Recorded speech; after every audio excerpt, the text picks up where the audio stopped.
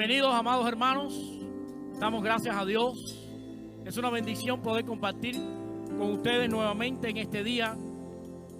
Gloria a Dios porque nos permite reunirnos a través de este medio, poder compartir su palabra, alabar su nombre, glorificar su nombre y juntos puestos de acuerdo, elevar oraciones de acción de gracias a nuestro Dios. Quisiera invitarles a orar para en este día alabar a nuestro Señor, porque para siempre son sus misericordias. Padre, gracias te damos, porque tú eres bueno, Señor. Gracias por este tiempo, gracias por las alabanzas, por la oportunidad de reunirnos, por la oportunidad de estudiar tu palabra, por el contacto con nuestros hermanos, porque tú eres soberano, porque nuestras vidas están en tus manos. Gracias por todo. Te pedimos que bendigas a este pueblo tuyo, que te da la gloria y te da la honra. Rey de reyes, Señor de señores, recibe nuestra alabanza en el nombre de Jesús. Amén.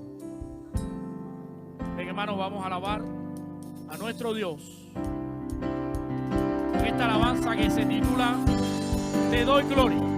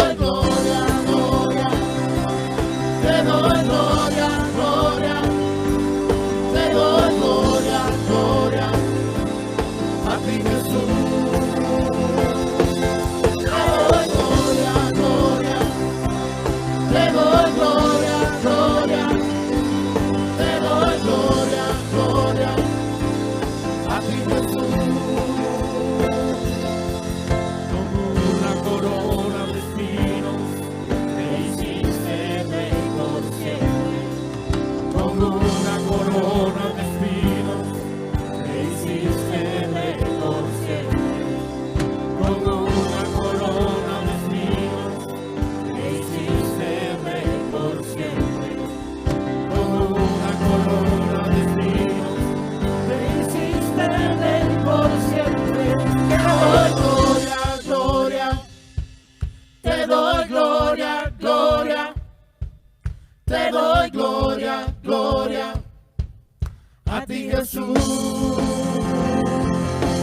doy gloria, gloria.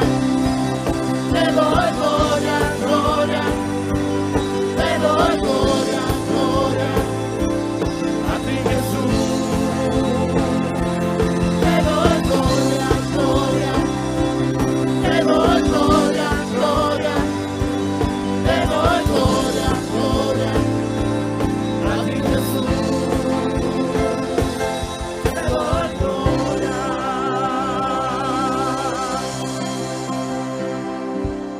Damos gracias a Dios. Toda la gloria es para el Señor. Dice este canto, aquella cruz. Y es un canto que alaba a nuestro Dios por la obra maravillosa de Jesús en la cruz.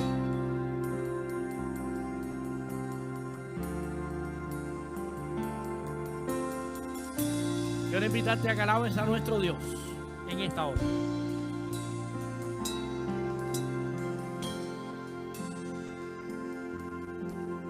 El Cordero que sufrió, traicionado fue, el peso de nuestra maldad fue puesto sobre él.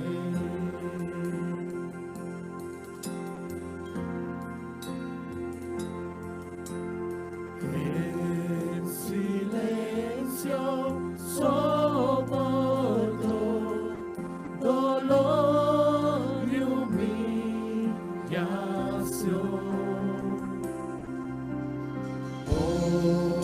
Obediente al Padre fue, la cruz por mí cargó.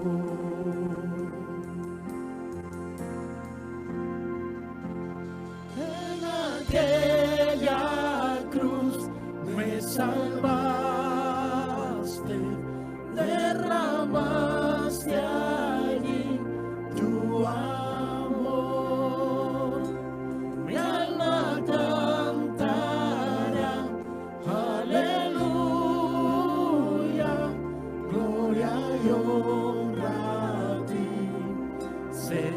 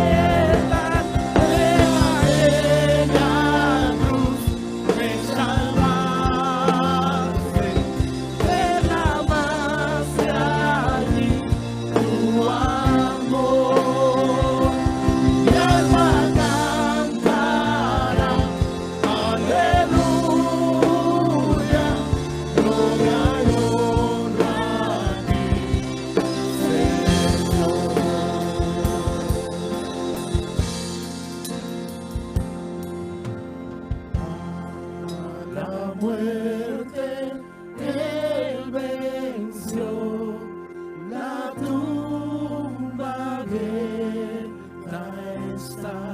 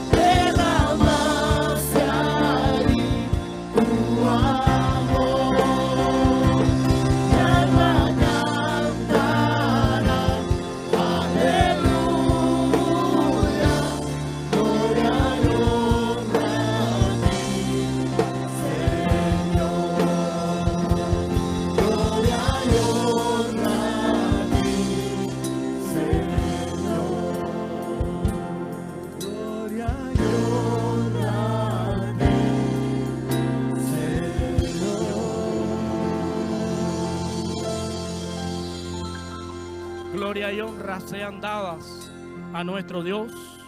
Qué bendición poder alabar su nombre en este día. Qué bendición poder elevar alabanzas a su nombre, porque Él es soberano Rey. En este momento queremos invitarte, amado hermano, a compartir la palabra del Señor. Vamos a estar leyendo la Biblia, orando y poder compartir juntos lo que Dios tiene para nosotros en este día. En el nombre de Jesús. Amén.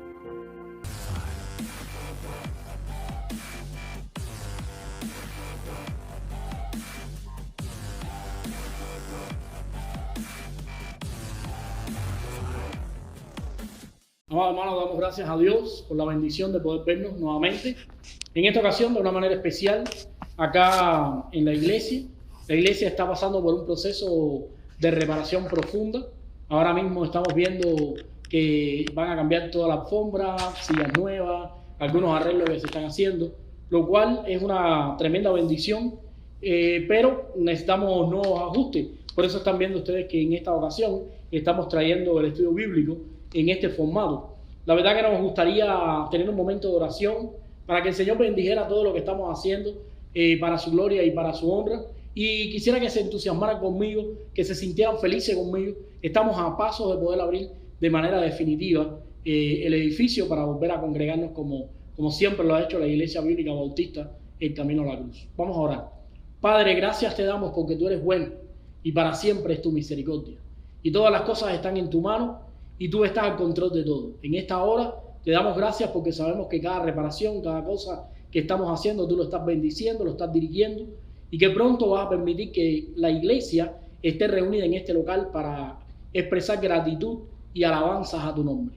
Bendice el estudio en esta tarde y permítenos poder aprenderla y usar tu palabra en este día. En el nombre de Cristo Jesús. Amén.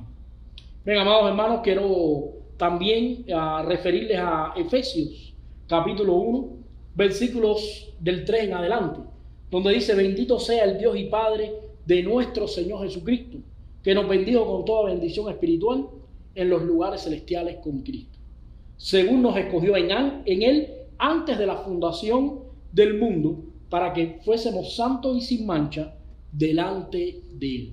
Pero santos y sin mancha delante de Él es algo que yo creo que testifica del propósito de Dios para la iglesia.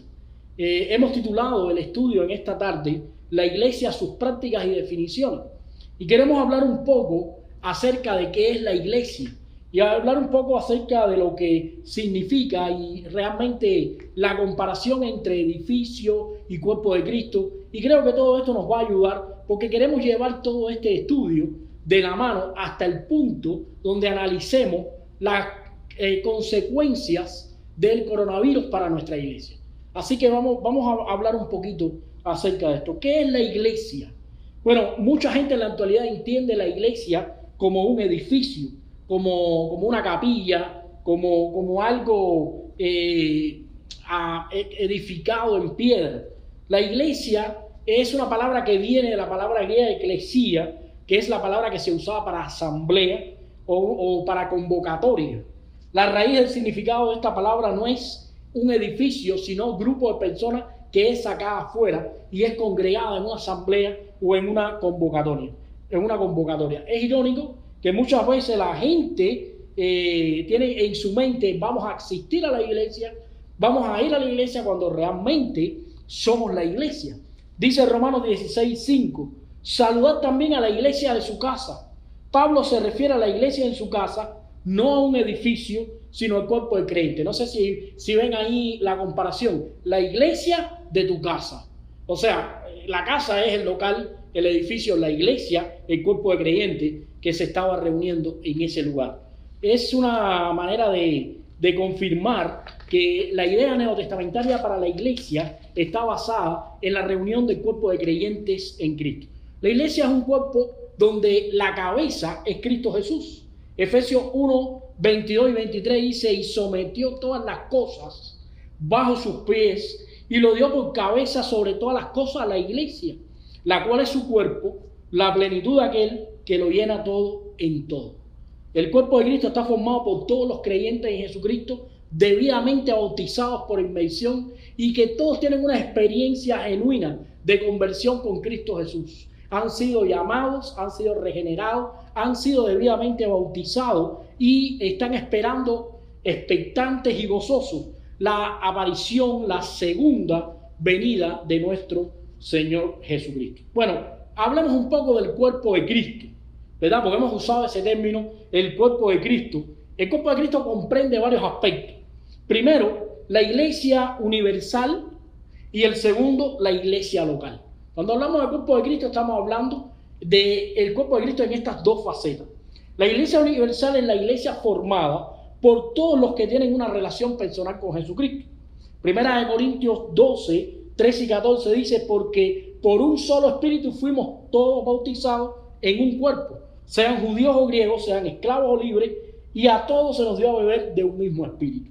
Aquí vemos que cualquiera que haya depositado su fe en Jesucristo porque antes ha sido regenerado, antes se le ha permitido el arrepentimiento, la fe, la conversión, ha recibido al Espíritu Santo, entonces es parte de la iglesia universal de Jesucristo. Ahora, como cuerpo de Cristo, la iglesia no es solamente universal, la iglesia también es local y es descrita en términos locales en el Nuevo Testamento. Porque tú puedes ser parte de la iglesia universal, pero para usar dones y talentos debes hacerlo canalizado por la iglesia local, la cual es la institución que Cristo permitió para el uso y para la edificación de su cuerpo. Cada uno del 1 al 2 dice, Pablo, apóstol, y todos los hermanos que están conmigo, a las iglesias de Galacia. Fíjense que no habla a la iglesia universal, sino a la iglesia de Galacia, de una forma más local.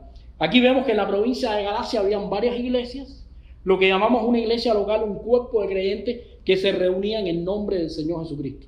La iglesia universal la forman aquellos que han confiado en Cristo. Estos miembros de la iglesia universal deben buscar compañerismo y deben canalizar dones y talentos para la edificación de la iglesia local. En resumen, de acuerdo a la Biblia, la iglesia es el cuerpo de Cristo. Todos aquellos que han depositado su fe en Cristo Jesús para salvación, según Juan 3:16 y 1 Corintios 12:13. Hay miembros de la iglesia universal en las iglesias locales.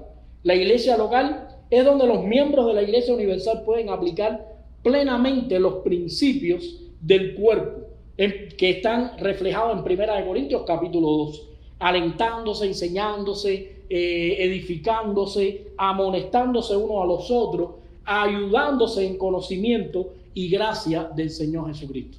Lo cual seguramente la iglesia local reúne muchas personas, pero lamentablemente no todos los asistentes a la iglesia local son miembros de la iglesia universal, porque la asistencia a la iglesia local no te convierte en miembro de la iglesia universal. La iglesia universal es la iglesia que reúne a los que tienen una experiencia con Cristo. La iglesia local se espera que todos tengan una experiencia con Cristo, pero sabemos que muchos asisten a una iglesia local, pero todavía no hay una experiencia en ello. Ahora, veamos un poquito más puntual el significado de todo esto en lo que dice el apóstol Pedro en la primera carta de Pedro, capítulo 2, versículos 9 y 10. Lo primero que descubrimos ahí es que la iglesia pertenece a Cristo. El Padre eligió por su amor y según su voluntad a un grupo de personas y se las entregó a Jesús. Jesús vino al mundo a buscarlo y a pagar el precio de su rescate de acuerdo a ese plan que está descrito en Juan 17. Con su sangre los redimió y los llamó de las tinieblas a la luz admirable. La iglesia existe por la obra de Jesús. Lo segundo que nos enseña puntualmente la Biblia no es únicamente que la iglesia pertenece a Cristo, sino que además la iglesia responde en fe. Ser parte de la iglesia de Cristo significa confiar en la suficiencia de la obra redentora de Cristo Jesús en tu corazón. Además, confiar en la suficiencia de la Escritura. Confesar que el Señor, que Jesucristo es el Señor, que es el Hijo del Dios viviente. Pero no solo es una confesión de labios, sino también una confesión por nuestra manera de vivir, por la forma en que nosotros podemos desarrollar nuestra vida desde esa confesión. Nadie puede pretender ser parte del pueblo de Dios si todavía vive en tinieblas, según Primera de Juan, capítulo 1, versículo 6. La iglesia confiesa y practica la fe de Jesús. Ahora, veamos un poquito más. La iglesia es una. A pesar de las diferentes ramas, las denominaciones, los salvos pertenecen a un solo cuerpo, un solo Señor, como también comparten una esperanza, una fe y un bautismo, y por supuesto, una doctrina apostólica. Hay muchos grupos que califican en nuestra mente como iglesia del Señor, que en algún momento nos vamos a sorprender porque realmente, según la Biblia, no lo son. La iglesia es una sola porque esta iglesia está formada bajo esta declaración: salvos que pertenecen a un solo cuerpo, a una fe, a un bautismo, a un Dios y Padre de todo, el cual es sobre todo y en todo, según Efesios 4, del 4 al 6. La iglesia además es santa porque Dios la llamó, la apartó para sus propósitos de santidad. También es santa porque los creyentes deben reflejar al Padre, deben reflejar el testimonio del Padre en sus vidas, el Padre Celestial, que es 3 veces santo, nuestro Dios, según Primera de Pedro 1, 15 y 17. Lo otro que aprendemos de la iglesia es que es universal, o como le llaman, católica.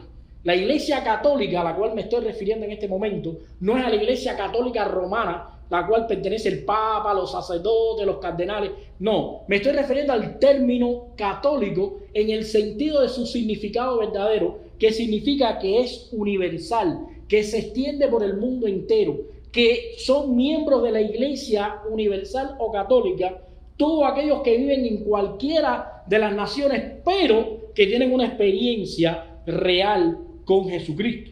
El pueblo de Dios ya no está limitado a una etnia o no está limitado a una nación específica, sino que todas las naciones, pueblos y familias de la tierra han sido elegidas para ser el pueblo de Dios, según Apocalipsis 7, 9.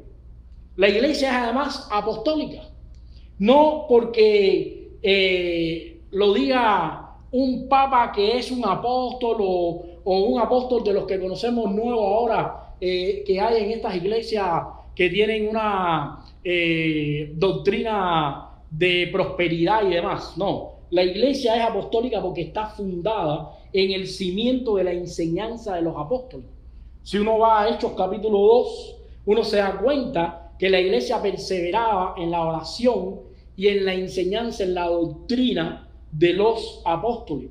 Nadie puede poner otro fundamento que el que ya está puesto, y el fundamento es el Señor Jesucristo, el cual ha sido edificado en la iglesia por la enseñanza de los apóstoles, por la enseñanza apostólica que está en la Biblia. Las escrituras son el registro de las enseñanzas apostólicas, porque quizá uno pregunta, bueno, y esa enseñanza apostólica que ustedes hablan, ¿de dónde la sacan? Bueno, lógicamente, Efesios 2:20 nos enseña a nosotros que las Escrituras son el registro de las enseñanzas de Dios para la iglesia. Recordemos que la Biblia es la única regla de fe y de práctica y es la palabra inspirada de Dios para nosotros. Ahora, lo otro que queremos aprender. Cristo es el Señor de la iglesia. Debemos meditar en esto. Debemos meditar en la iglesia. Debemos llevarnos esto debe llevarnos a entender el señorío de Cristo sobre la iglesia. Ella es el cuerpo, Él es la cabeza, según Efesios 1, 22 y 23. La iglesia es la esposa amada de Jesús, por la cual se entregó para su redención y santificación, Efesios 5, 25, y muy pronto volverá a buscarla. La iglesia es algo preciado para el Señor. Ahora, hagamos una aplicación a nuestros días de la iglesia y la situación en que estamos viviendo. ¿Hemos dejado de ser la iglesia? ¿Hemos dejado de servir a Cristo y entender? ¿Hemos abandonado la doctrina apostólica? ¿Hemos abandonado la Biblia? ¿Hemos abandonado el señorío de Cristo? No es el coronavirus algo que puede dividir a la iglesia. En un momento en que la idolatría y mucha gente está desorientada, necesitamos entender que no es una mascarilla, no es unos metros de distanciamiento, no es un gel para las manos para estar más limpio, lo que va a dividir nuestra iglesia, lo que va a hacer que una iglesia se disuelva. No, todo lo contrario. Una iglesia que tiene como centro a Jesucristo va a estar unida por la palabra de Dios, por la doctrina, por las alabanzas, por todas las cosas bíblicas, y va a sobreponerse a cosas como esta. ¿Tendrá que la iglesia cumplir normas sanitarias? Sí, y creo que es correcto, creo que es de testimonio, creo que honran y testifican del cuidado que queremos tener para con los demás y el amor que queremos tener para con los demás. ¿Es nuestra iglesia una iglesia que debería olvidar las normas de sanidad? No.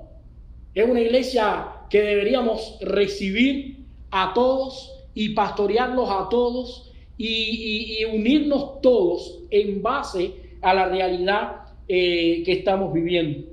Hay quienes piensan que precauciones como lavarse las manos u otras cosas, el distanciamiento social, son cosas exageradas e innecesarias.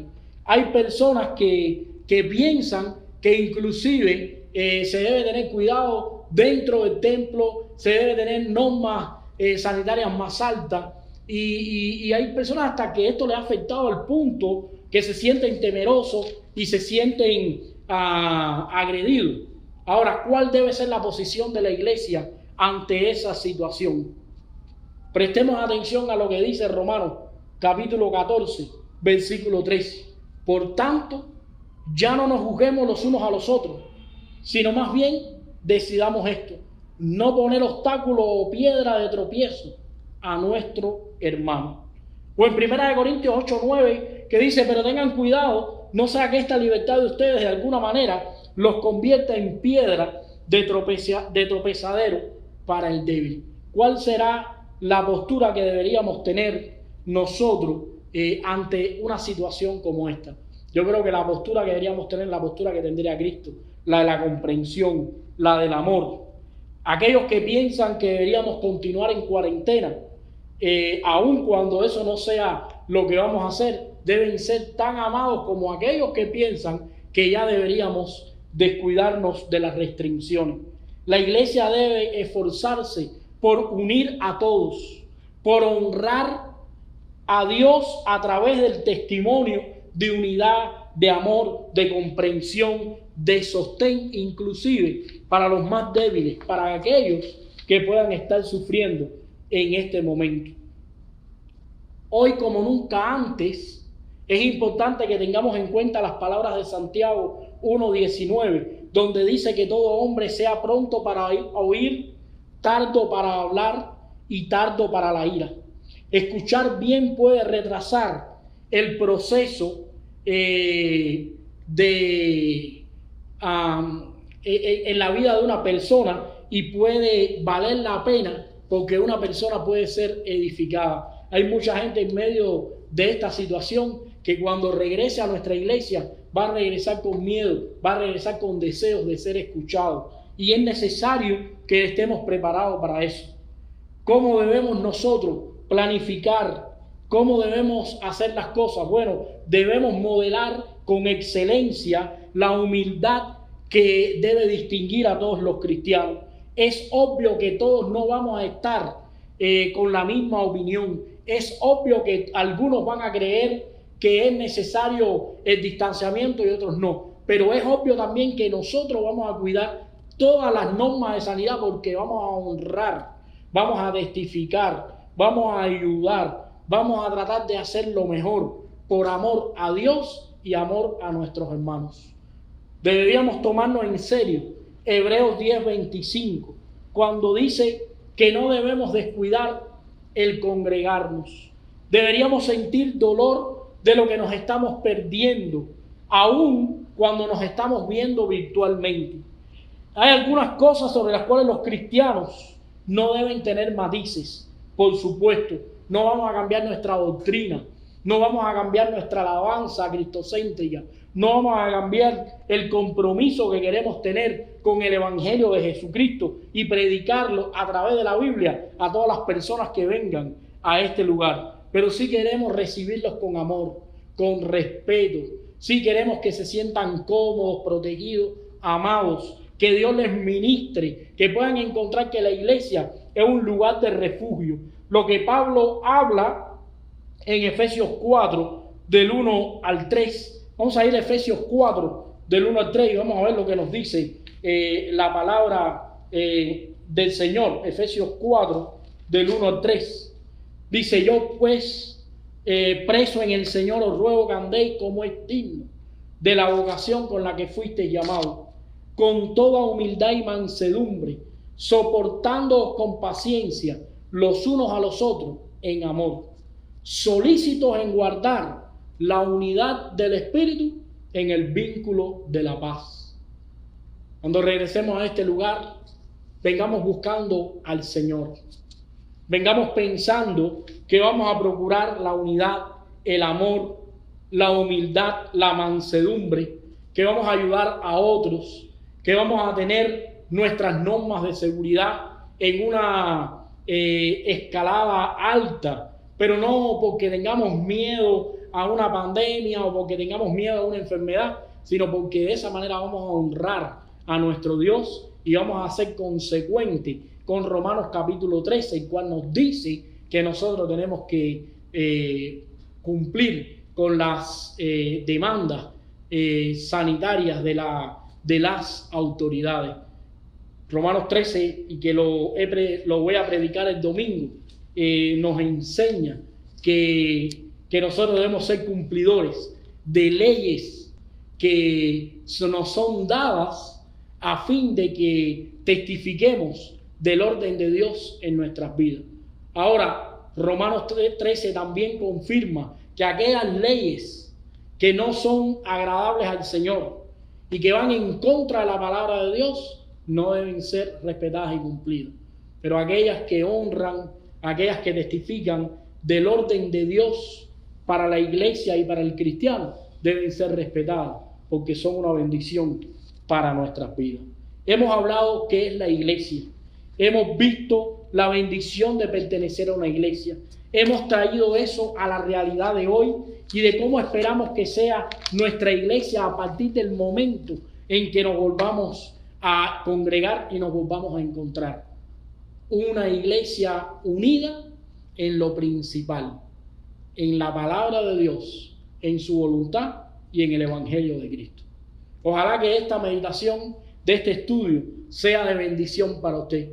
Que no solamente lo bendiga este estudio en el aprendizaje de qué es la iglesia, de qué es Cristo para la iglesia, qué diferencia hay en la iglesia universal y la iglesia local, sino que además le dé tranquilidad, le dé pasividad y lo convierta en un obrero para servir a sus hermanos en el momento que la iglesia vuelva a llegar a este lugar para congregarnos. Vamos a orar y que el Señor le bendiga. Padre, gracias te damos porque tú eres bueno y para siempre es tu misericordia. Gracias por este tiempo, gracias por tu palabra y gracias porque, Señor, tú has bendecido nuestra iglesia con tu presencia siempre. Permítenos que seamos servidores tuyos, que seamos ejemplo de la obra que has hecho en nuestras vidas, Señor, y que podamos pronto reunirnos todos y alabar tu nombre y glorificar tu persona. En el nombre de Cristo Jesús. Amén. Que el Señor les bendiga, mis hermanos.